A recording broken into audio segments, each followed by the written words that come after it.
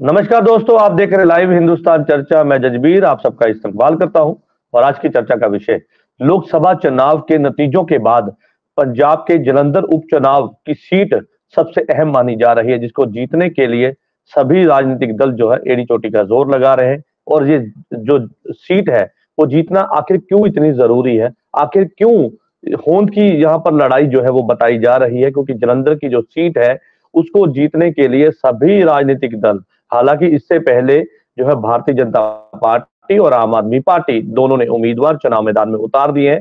10 जुलाई को जो है इस पर जो है चुनाव प्रक्रिया होनी है और 13 तारीख को इसका रिजल्ट आना है। तो उसको लेकर जो है भाजपा और आम आदमी पार्टी और कांग्रेस के बीच सीधे तौर पर कहीं ना कहीं कांटे की टक्कर बताई जा रही है और जीतने का दावा।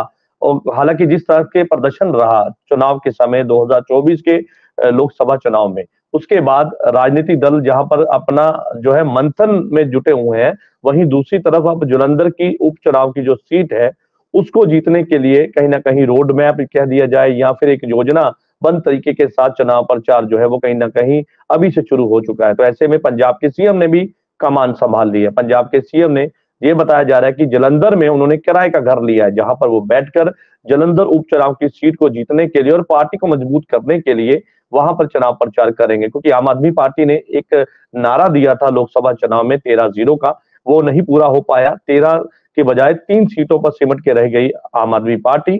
वहीं दूसरी तरफ भारतीय जनता पार्टी, जिसका पंजाब में खाता ही नहीं खुला, ऐसे में कांग्रेस ने अच्छा प्रदर्शन दिखाया। लेकिन ऐसे में अब जालंधर की जो उपचुनाव की जो सीट है वो आखिरकार जीतना इतना क्यों जरूरी है, क्योंकि जिस तरह से प्रदर्शन रहा बाकी की पार्टियों के अंदर, राजनीतिक दलों के अंदर, तो ऐसे में जालंधर की सीट पर सबका जो है फोकस है, ध्यान है।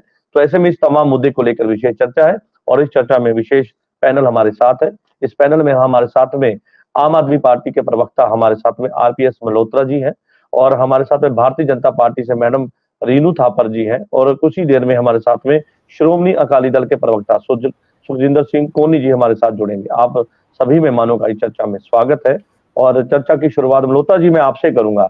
जिस तरह से ये बातें बीते समय से और 2 दिन से ये सामने आई कि पंजाब के सीएम ने जालंधर की उपचुनाव की जो सीट है उसको जीतने के लिए जो है किराए का वहां पे घर ले लिया और जो है पूरी तैयारी जो है आम आदमी पार्टी ने की, और हालांकि सबसे पहले उम्मीदवार का नाम भी जो है वो सीधे तौर पे आम आदमी पार्टी ने उतारा। लेकिन ऐसे में जालंधर की जिस सीट की उपचुनाव की हम बात कर रहे हैं वो शीतल अंगराल, जो आप ही के पार्टी को इस्तीफा दे गए थे, उसके बाद भारतीय जनता पार्टी में शामिल हुए, उसी सीट पर जो है अब उपचुनाव हो रहे हैं। तो ऐसे में पहले वो आपकी पार्टी में थे और सबसे बड़ी बात, जो भारतीय जनता पार्टी के पहले जिन्होंने वहां पर सीट लड़ी वो अब आपकी तरफ से लड़ रहे हैं, यानी कि सीधे तौर पर फाइट कितनी मानते हैं और ये सीट जीतना आम आदमी पार्टी के लिए कितना जरूरी है।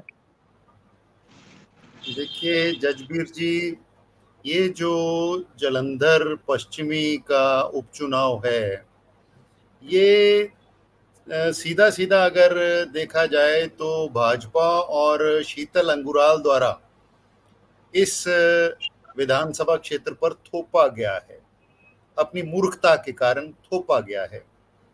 अब अच्छे भले वहां से एमएलए थे शीतल अंगुराल जी, पता नहीं कोई पैसे का लेन देन का मामला था या ईडी का कोई चक्कर था, सीबीआई का कोई चक्कर था, जैसे भाजपा करती आई है, तो शायद उन चक्करों में उलझा के पहले अंगुराल जी को अपने में शामिल किया, उनसे इस्तीफा दिलवाया, फिर जब इलेक्शन हो गई तो बेशर्मों की तरह इस्तीफा वापस लेने भी चले गए अंगुराल जी। लेकिन मैं समझता हूँ कि बहुत बढ़िया हुआ कि जो प्रोसीजर्स हैं उनके रास्ते या उनके चलते उनकी ये मनमर्जी नहीं चली और उनकी जो उनका जो रेजिग्नेशन था वो एक्सेप्ट हो गया। और मैं समझता हूँ कि ये जो इलेक्शन थोपने के लिए भाजपा और शीतल अंगुराल को जालंधर वेस्ट के लोग जो हैं, जो कि बहुत पढ़ी लिखी कॉन्स्टिट्यूएंसी है, वो जरूर इनको सबक सिखाएंगे और सजा देंगे। और बाकी जहाँ तक आम आदमी पार्टी का सवाल है, हम हर एक चुनाव को बहुत सीरियसली लेते हैं, चाहे वो एक बाई इलेक्शन ही क्यों ना हो। और हमारे जो मुख्यमंत्री हैं और पंजाब के प्रधान है श्री भगवंत मान जी, वो पार्टी को आगे से लीड करते हैं, जिसे लीडिंग फ्रॉम द फ्रंट कहते हैं अंग्रेजी में। सो उसका एग्जाम्पल देते हुए उन्होंने अपना वहाँ पे ठिकाना भी बना लिया है और लॉजिकली अगर देखा जाए, क्योंकि आम आदमी पार्टी की प्रचंड बहुमत की सरकार है, 92 सीटें 91 सीटें हैं हमारे पास। यही जानना चाह रहा था मल्होत्रा जी, मैं यही ढाई बात साल जानना जो चाह रहा है, था कि अक्सर अमूमन ऐसा होता है कि पार्टी को या तो मेजोरिटी ना हो या पार्टी के पास किसी चीज की कमी हो, लेकिन एक सीट के लिए इतना ज्यादा अपना जोर लगाना, आखिर ये क्यों? कोई बात नहीं है। देखिए, हर एक सीट जरूरी है। हर एक जो कॉन्स्टिट्यूएंसी है उसमें करीब 4 से 5 लाख लोग रहते हैं। उनका जो अप्रूवल है वो भी हमें जरूरी है। हम उनके जो मत हैं उनकी भी पूरी इज्जत करते हैं। तो और लॉजिकली अगर देखा जाए तो मैं समझता हूं कि जालंधर वेस्ट के लोगों को एक इम्पार्शियल तरीके से अगर सोचा जाए कि भाई जो मौजूदा सरकार है उसके साथ ही जाना चाहिए। और मुझे पूरी उम्मीद है जैसे काम हमारी सरकार ने पहले किए हैं उनको देखते हुए भी और मौजूदा सरकार के प्रचंड बहुमत को देखते हुए भी जालंधर वेस्ट के जो मतदाता हैं वो आम आदमी पार्टी को ही वोट देंगे और बहुत भारी बहुमत से हम यहाँ पे जीतेंगे।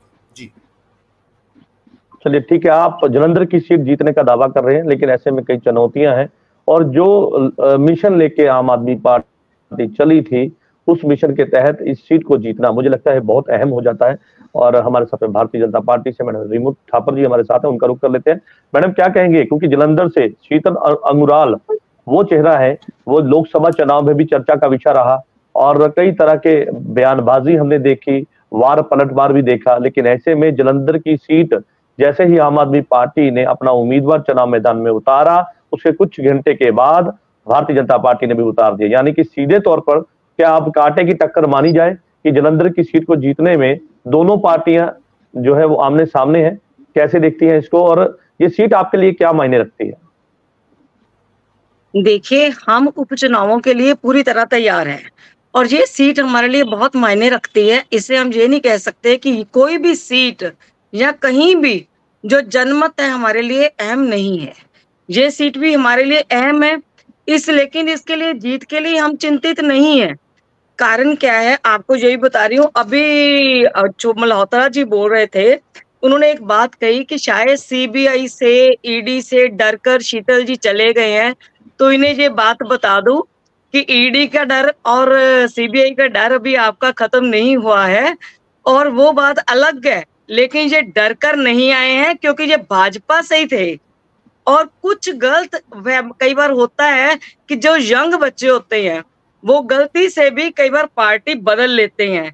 तो ऐसा ही वो गलत दिशा में चले गए थे। जब उनको वहां की गंदी राजनीति के बारे में चला तो पता चला तो वो वापिस आ गए। और दूसरा एक प्रश्न किया था इन्होंने, छोटा सी बात कही थी कि ऐसा है कि हमारे जो हैं शीतल जी कहीं ये तो नहीं है कि ये वापिस बाद में वो लेने चले गए, अपना एमएलए का इस्तीफा वापिस लेने चले गए।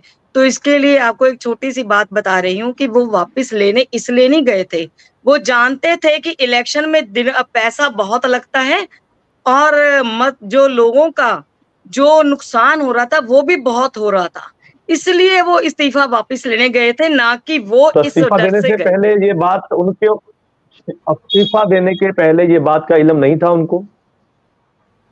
उनको नहीं चला होगा पता। आपको कई बात तो कई बार बच्चे होते हैं वो गलती भी कर लेते हैं लेकिन बाद में वो उसको सुधारते भी हैं।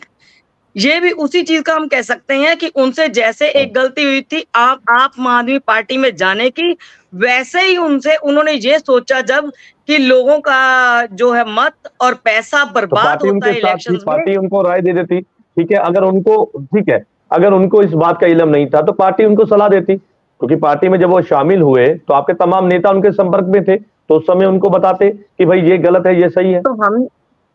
तो हमने उनको बताया, तभी तो वो शांत होकर बैठ गए। जब उन्होंने पार्टी से बात करी तो उनको पता चला नहीं ये ठीक है, तो जान गए। दूसरी बात ये है हम ये सीट जीत कर रहेंगे। जैसे जी भगवंत मान जी भी आकर वहां पर बैठ गए हैं, लेकिन वो ये नहीं जानते कि वो डर से ही बैठे हुए हैं कि उनको पता है कि आपकी आंधी में हम इतनी सीटें पहले निकाल कर ले गए थे, लेकिन अब वो वक्त नहीं रहा। अब लोगों को होश आ चुका है, लोगों को पता लग चुका है कि हमारे लिए क्या सही है क्या गलत, और आने वाले वक्त में चलिए ठीक है, ये सीट हम अवश्य ही जीतेंगे। चलिए इस ठीक है, सीट जीत को का आप जीत कर दावा कर जाएंगे रहे हैं और आगे। सीधे तौर पर चुनौती, ठीक है मैडम, ठीक है, चुनौती देते हुए नजर आ रहे हैं पंजाब के सीएम सरदार भगवंत सिंह मान को कि ये सीट हम हर हाल में जीत के रहेंगे। सुखजिंदर कोनी हमारे साथ है, श्रोमणी अकाली दल के प्रवक्ता हैं। कोनी साहब क्या कहेंगे जलंधर उपचुनाव को लेकर, राजनीतिक दलों की तैयारी और सीधे तौर पर जो है भारतीय जनता पार्टी और भाजपा के बीच टकराव की स्थिति। ऐसे में श्रोमणी अकाली दल जिन्होंने अभी अपना पत्ता भी नहीं खोला, अपने उम्मीदवार को भी नहीं ऐलाना, ये भी कहा जा रहा है कि श्रोमणी अकाली दल जो है एक ऐसा मजबूत कैंडिडेट ढूंढ रही है जिसको लेकर कहीं ना कहीं अब जो है समा लग रहा है। क्या कहेंगे इस पर? धन्यवाद जसवीर जी। ऐसा है कि हर पार्टी अपना पूरा जोर लगाती है, किसी भी कोई भी इलेक्शन हो, कि पूरा बढ़िया धड़ल्लेदार मारा बेदाग कोई उम्मीदवार हो और लोग उससे सहमत होए और पार्टी जीते। ये हर पार्टी का होता है इलेक्शन में। बट ये जो बात है ये एमपी इलेक्शन से अलग होगा। ये इलेक्शन वो इलेक्शन था पीएम बनाने और उसको हटाने के लिए, तो एक तरफ बनाने वाली, दूसरी हटाने के लिए। ये पंजाब में जो सरकार है उसके कार्यों पर, उसकी समीक्षा पर ये इलेक्शन होगा। बाकी ये अगर मल्होत्रा जी कहते हैं कि जी इन्होंने थोपा है ये इलेक्शन, बिल्कुल उन्होंने थोपा और आप लोगों ने भी 5-6 उम्मीदवार लोकसभा में देकर जो एमएलए थे, आपने लगातार ही 3-4, पैसे की फिक्र होती तो आप भी ऐसा ना करते। वो तो एक कहने की बातें हैं, कोई नहीं सोचता, वो अपने देखते हैं कि कहाँ किस बात का लाभ मिलता है। बाकी दूसरा ये लोगों को एक तरह का थ्रेट करने का तरीका है कि पंजाब में हमारी ही सरकार है। ये इन्होंने जलंधर एमपी इलेक्शन में भी बोला था कि ये सरकार तो जहां हमारी है। केजरीवाल साहब ने बोला था कि दूसरों को वोट पाकर के, कहने का मतलब कि आपको आना तो हमारे पास ही पड़ेगा, अब कहाँ जाओगे। ये ऐसी बातों का चुनाव कमीशन को भी ध्यान रखना होगा सभी को, सारे ये, क्योंकि इसके कारण ये है कि ये दूसरों को कहते हैं, दूसरी जो भी रवायती पार्टियां वो कोई नहीं कहती, कोई दावा नहीं करती कि जी जो सियासत में होता है वो हम नहीं करते। बट ये तो बदलने वाली नए तरह की सियासत करने वाले लोग थे ना, जो कहते थे कि हम बदलाव लेकर आ रहे, तो ये अब उदाहरणें दूसरी पार्टियों की देने लग जाते हैं। बट मेरे कहने का मतलब है कि वहां के लोग ये देखेंगे कि हमारे कौन काम आता है।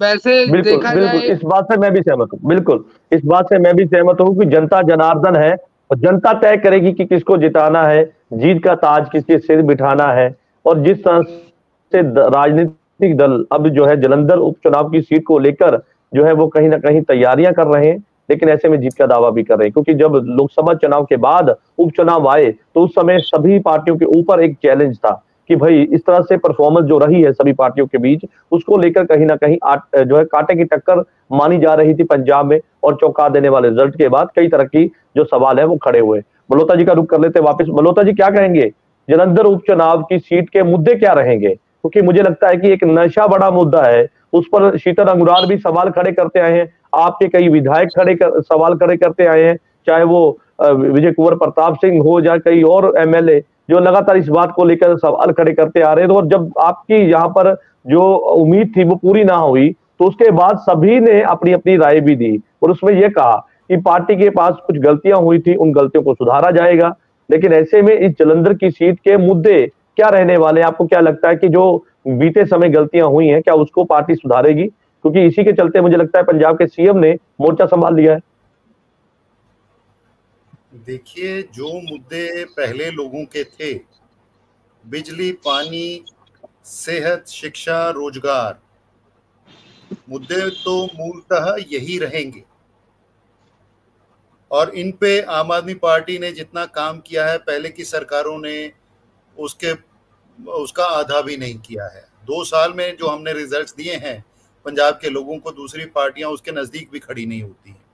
और जहां तक आप बात कर रहे हो नशों की, आप देखिए कि अभी पिछले दिनों में जो अभियान चल रहा है, करीब 144 लोगों का अरेस्ट हुआ है और 2 किलो 700 ग्राम जो नशा है, चिट्टा है, वो पंजाब से पकड़ा गया है। जबकि गुजरात से जो प्राइवेट पोर्टों से, मुंद्रा पोर्ट जैसे जो भाजपा के दोस्तों के पोर्ट हैं, वहां से जो नशा आता है वो 3-3 टन आता है और सारे देश में फैलाया जाता है। और गुजरात के साथ लगता है मध्य प्रदेश, मध्य प्रदेश के साथ लगता है यूपी के साथ लगता है हरियाणा। ये सारी भाजपा की सरकारें हैं। यहाँ से कॉरिडोर बना के पंजाब में नशा धकेला जाता है भाजपा के द्वारा, ताकि आम आदमी पार्टी की सरकार को बदनाम किया जा सके। मैं हैरान हूं कि कोई भी एंकर ये सब जानते हुए ये मुद्दा उठाने की हिम्मत नहीं करता। पता नहीं क्या बात है, इतना क्यों डरते हैं, जबकि कहां 2.5 किलो और कहां 3 टन, यानी कि जमीन आसमान, 1000 गुना से ज्यादा का फर्क है। लेकिन फिर भी किसी न्यूज एंकर में हिम्मत नहीं होती ये मुद्दा उठाने की, और हमेशा आम आदमी पार्टी की तरफ ही गोलियां चलती हैं। मैं विनती करूंगा कि कृपा करके देश को गुमराह ना किया जाए, देश के सामने सही पिक्चर पेश की जाए। और जो लेकिन चैलेंज दे दिया, चैलेंज आपको दे दिया है। वो कहते हैं कि पंजाब के सीएम को हमारा चैलेंज है कि ये सीट हम जीत के रहेंगे। Elephant in the room, elephant in the room, जो कमरे में बड़ा हाथी बैठा है उसकी तरफ पीठ करके ना बैठा जाए, उसको एड्रेस किया जाए कि ये हाथी खाली होगा, यहाँ से जाएगा तो कमरा खाली होगा। भाजपा के स्टेट से नशा आना बंद होगा तो पंजाब में बंद हो जाएगा, जो पंजाब के लोग बड़े अच्छे से जानते हैं। मैं बेनती करता हूं कि मीडिया के भाई भी हमारे जो हैं इसमें अपना सही रोल प्ले करें। जी चलिए, ठीक है। मैडम ने चैलेंज दे दिया कि पंजाब के सीएम चाहे वो खुद आ जाए, लेकिन ये सीट हम जीत के रहेंगे। मैं 1-2 बातें मैडम ने जो कही थी कि अंगुराल जी बच्चे हैं, उन्होंने गलती कर दी। हाँ, वाकई बच्चे हैं, एमएलए बनने के लायक नहीं है वो। अभी हमसे भी गलती हुई थी, हमने उनको, लेकिन आपने बनाया ना सर उनको, आपने बनाया ना उनको। हमसे गलती हुई थी। वो बच्चा जो है बच्चा ही है, इन्होंने बिल्कुल सही कहा, वो एमएलए बनने के लायक नहीं है। और दूसरा ये कहते हैं गंदी राजनीति। हाँ, जब पैसे का गलत इस्तेमाल हो, जो भाजपा के पास अरबों करोड़ों रुपया पड़ा है, मीडिया का गलत इस्तेमाल हो, ईडी सीबीआई का गलत इस्तेमाल हो, जुडिशरी का गलत इस्तेमाल हो, इलेक्शन कमीशन का गलत इस्तेमाल हो, धर्म का गलत इस्तेमाल हो, तो राजनीति तो गंदी होगी होगी। मैडम आपने बिल्कुल सही। चलिए, ठीक है। मैडम क्या कहेंगे इस पर? वो कहते हैं कि राजनीति गंदी हो चुकी है और भाजपा पर कई उन्होंने सवाल खड़े किए हैं, चाहे वो नशे का मुद्दा हो, चाहे वो पैसे का मुद्दा हो, लगातार आप पर सवाल है। ये तो आप भी जानते हैं, जो शायद मेरे भाई ये मल्होत्रा जी भी जानते हैं, शुरू से एक बात रही है कि पंजाब स्टेट जो है वहां से नशा पाकिस्तान से जब बाहर से आता है और यहाँ से सारे देशों को नशा जाता है, सारे राज्यों को नशा जाता है। ये आज की नहीं, ये पहले की बात आप कहते रहे हैं।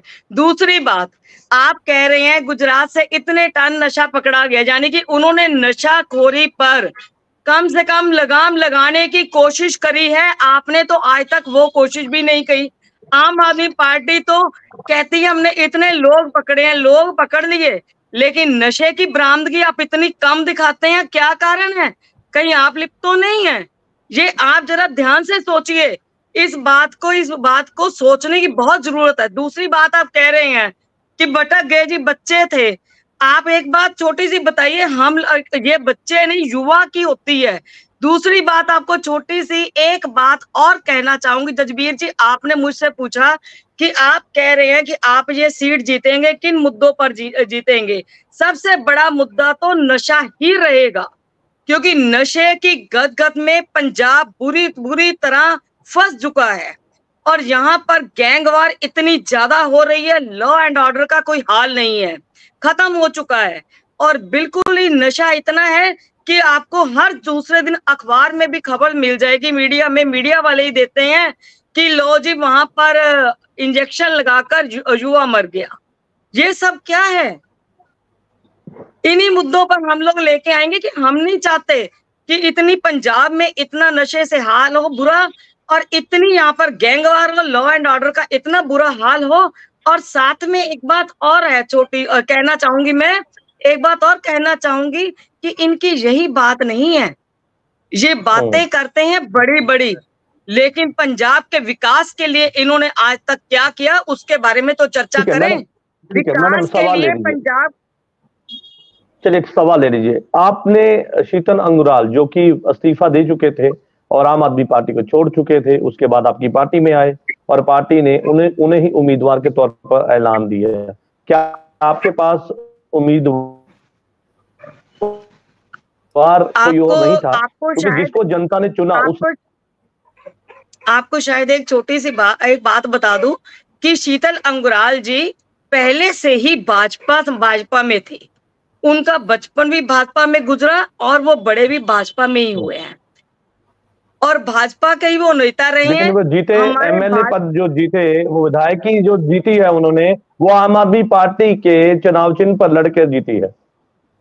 बिल्कुल ठीक है जी, आम आदमी पार्टी के चुनाव चिन्ह पर जीती है। आज वो हमारे पास है और उनके पास बहुत अच्छा जनाधार है और नशे के विरोध में भी वो बोलते रहे हैं और जलंधर के विकास के लिए भी बात करते रहे हैं और साथ में वो सड़कों के निर्माण की भी हर तरह की बात करते हैं, लॉ एंड ऑर्डर की बात भी वो करते रहे। वो ऐसा युवा चेहरा है जो लोग जिसको आप एक, अगर वो जीते, आपसे ही जीते हैं मल्होत्रा जी, अगर वो वहां से जीते थे इसका मतलब लोगों की पहली पसंद वो थे और आज भी वो लोगों की पहली पसंद हैं।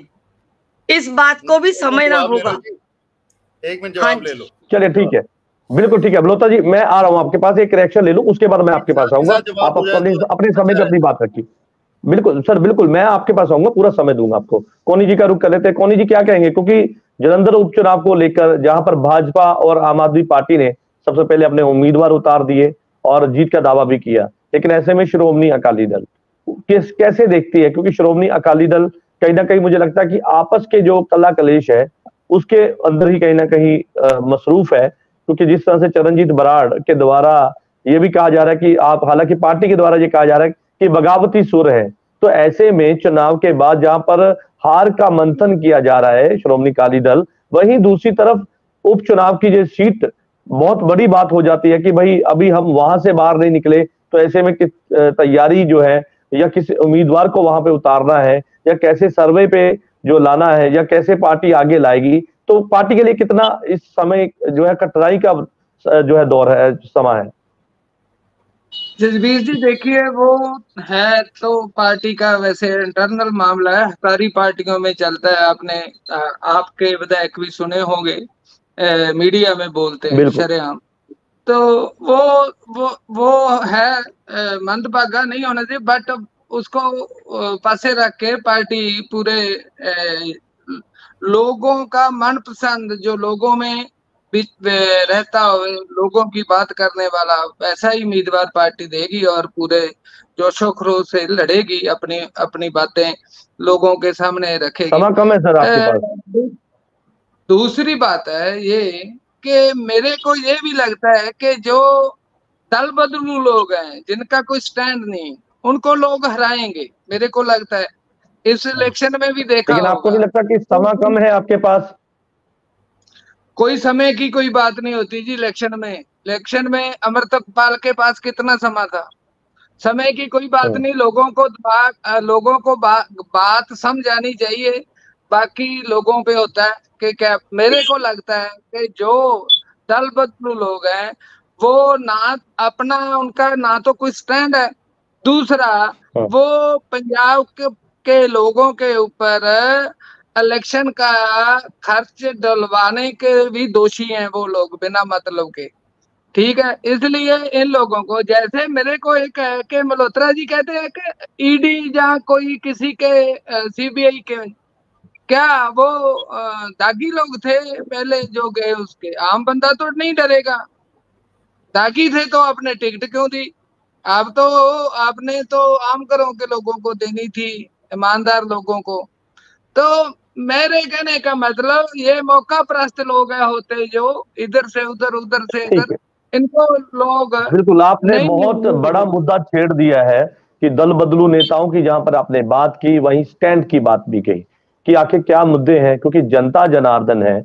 और ऐसे में जब जनता किसी नेता को चुनती है और वो नेता इस्तीफा देता है, तो सवाल कई तरह के नेताओं से पूछे जाते हैं कि भाई हमने आपको 5 सालों के लिए चुना, लेकिन आप उससे पहले इस्तीफा देकर दूसरी पार्टी में जाते हैं, तो उसके बाद फिर से चुनाव लड़ते हैं।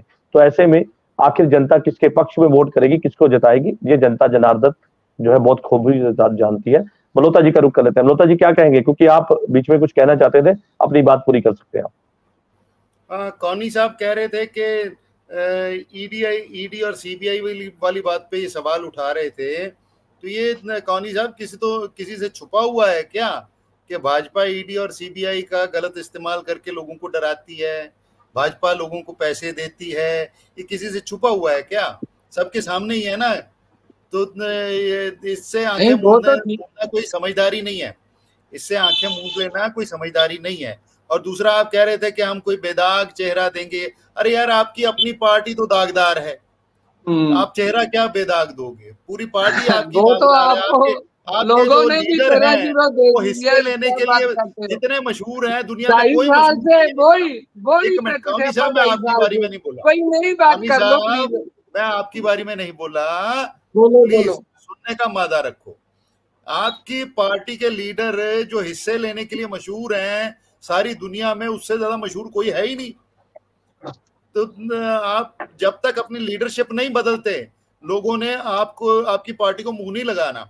और बाकी जहां तक बात रही भाजपा की, जैसे रिंकू जी को सजा दी है लोगों ने बार बार पार्टी बदलने की, अंगुराल जी को भी मिलेगी। और मैडम कह रहे थे कि उनका बचपन भाजपा में गुजरा है, तो बचपना अभी गया नहीं है उनका, तो फिर से बचपना एंजॉय करने वो भाजपा में चले गए हैं। और पहले कह रहे थे कि आपसे जीते, तो बिल्कुल लोगों ने आम आदमी पार्टी को वोट दिया है, शीतल अंगुराल को वोट नहीं दिया है। तो इस बार वो भूल जाएं कि उनको वोट पड़ेगी। और फिर ये बात कर रहे थे पंजाब में नशों की, ये कह रहे थे पाकिस्तान से नशा आता है। अरे मैडम, 50 किलोमीटर मैंने कहा पंजाब से होकर जाता है, आप मध्य प्रदेश गुजरात की बात मत करिए। अभी सुन लो प्लीज, अभी सुन लो, मैंने आपकी बात नहीं काटी। 50 किलोमीटर का दायरा पंजाब में, पठानकोट से लेके फाजिलका तक आपके पास है, बीएसएफ के पास है।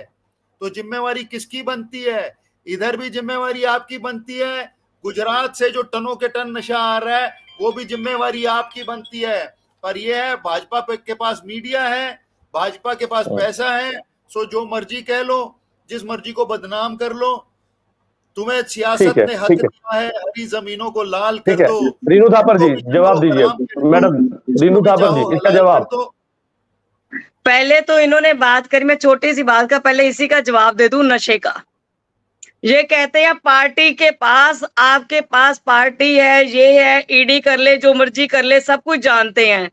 क्या आप मुझे बता सकते हैं जब 91 वोट सीट्स यहाँ पर आपको मिली थी, तब भाजपा कुछ नहीं कर पाई थी?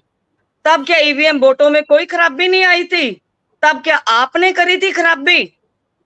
ये एक जनमत होता है जिसे स्वीकार करना सीखिए। आप उस जनमत को स्वीकार करना सीखिए, उससे इनकार मत कीजिए।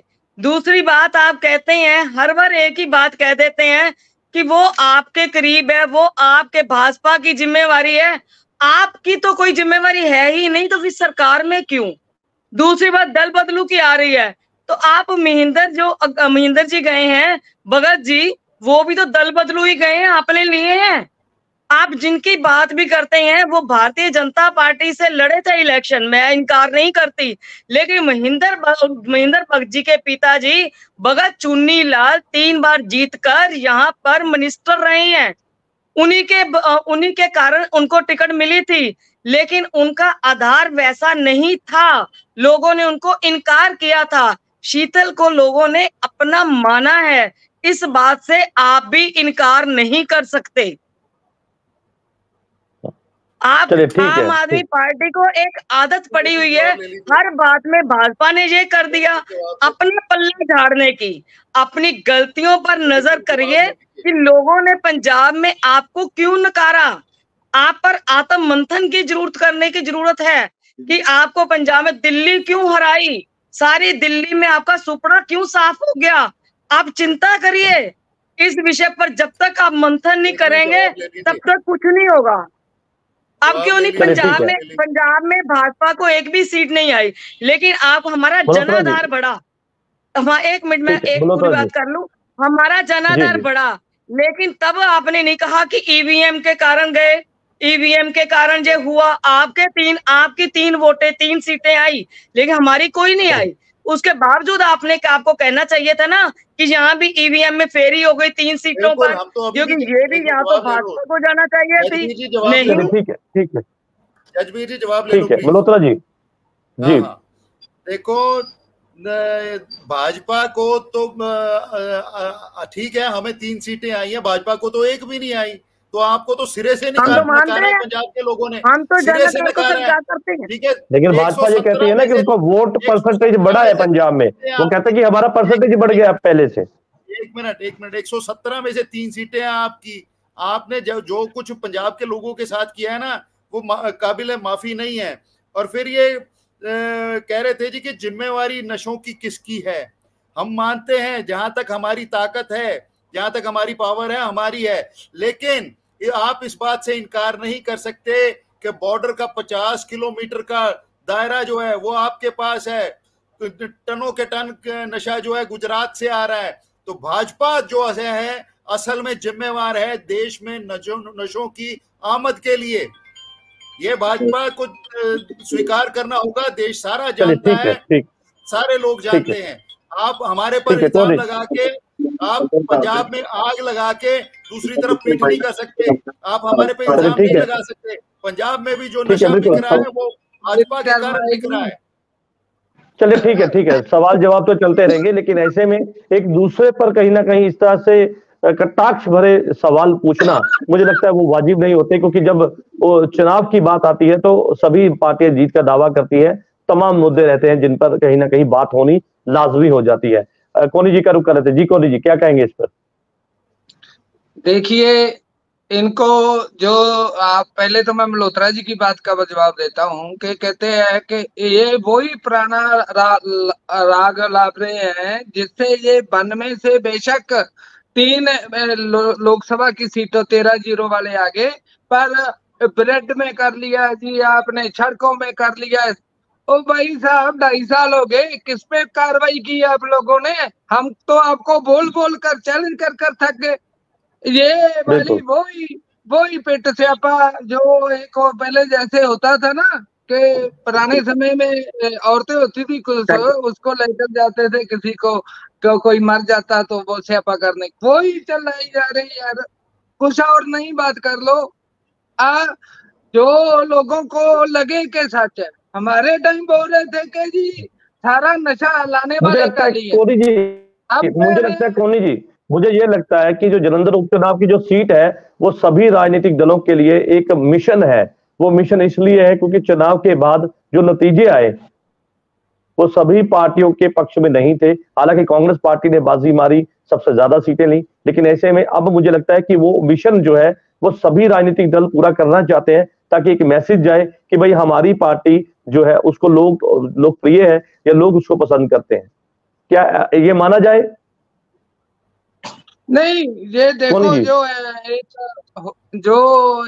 एक उपचुनाव होती है ना, खास करके आप बोलोगे लोक विधानसभा की, और ये होने भी दूसरी के साथ नहीं जा रही ना, अकेली होगी अलग। तो ये बहुत छोटा क्षेत्र होता है और इसमें सरकार के पास बहुत सी शक्तियां होती है, और ये एक वार्ड पे अपना आदमी बिठा देते हैं इसे बायस्ड करने के लिए। सरकार पिछले समय में भी होता है, बट ये भी याद रखना चाहिए कि जैसे संगरूर उपचुनाव भी हुई थी पार्लियामेंट की, तो पंजाबी जब फतवा देते हैं तो फिर किसी की परवाह नहीं करते। ये तो दिखेगा इस इलेक्शन में भी। चलिए, बिल्कुल जालंधर उपचुनाव को लेकर राजनीतिक दल यहाँ पर जीत का दावा कर रहे हैं, लेकिन ऐसे में कई तरह की चुनौतियां हैं। वो चुनौतियां इसलिए हैं क्योंकि राजनीतिक दलों ने जो है लोकसभा चुनाव के नतीजों के बाद मंथन किया और पार्टी संगठन को मजबूत करने के लिए जो है वो लगातार मीटिंगों का दौर है। लेकिन ऐसे में उसी के बीच अब जालंधर उपचुनाव की एक सीट को लेकर भी कहीं ना कहीं राजनीतिक दलों के अंदर हलचल तेज है। जीत का दावा है, पंजाब के सीएम ने वहां पर डेरा डाल दिया है, वहीं भाजपा ने भी कहीं ना कहीं अपना पूरा जोर लगा दिया। हालांकि कांग्रेस और अकाली दल ने अपने उम्मीदवारों का अभी ऐलान नहीं किया है, कुछ ही दिन बाकी हैं, लेकिन उनके पास समय है। उसके बाद वो कहते हैं कि हम अपने उम्मीदवारों को सोच समझ के जो लोकप्रिय नेता होंगे, जो लोगों के लिए बेहतर होंगे, उनको उतारा जाएगा। लेकिन ऐसे में चुनौती कहीं ना कहीं बहुत बड़ी है, क्योंकि एक सीट की यहाँ पर बात नहीं होती, यहाँ पर बात है कि ये मिशन क्यों पूरा करना है और किस लिए पूरा करना है, ये सवाल है। क्योंकि राजनीतिक दलों के अंदर जिस तरह से गिरावट आई है और लोकप्रियता कम हुई है, तो उसी को दूर करने के लिए इस सीट को जीतना कहीं ना कहीं अहम हो जाता है। आप सभी मेहमानों का इस चर्चा में जुड़ने के लिए धन्यवाद। कल नई चर्चा में मैं आपके साथ फिर से जुड़ूंगा, तब तक के लिए दीजिए इजाजत। धन्यवाद।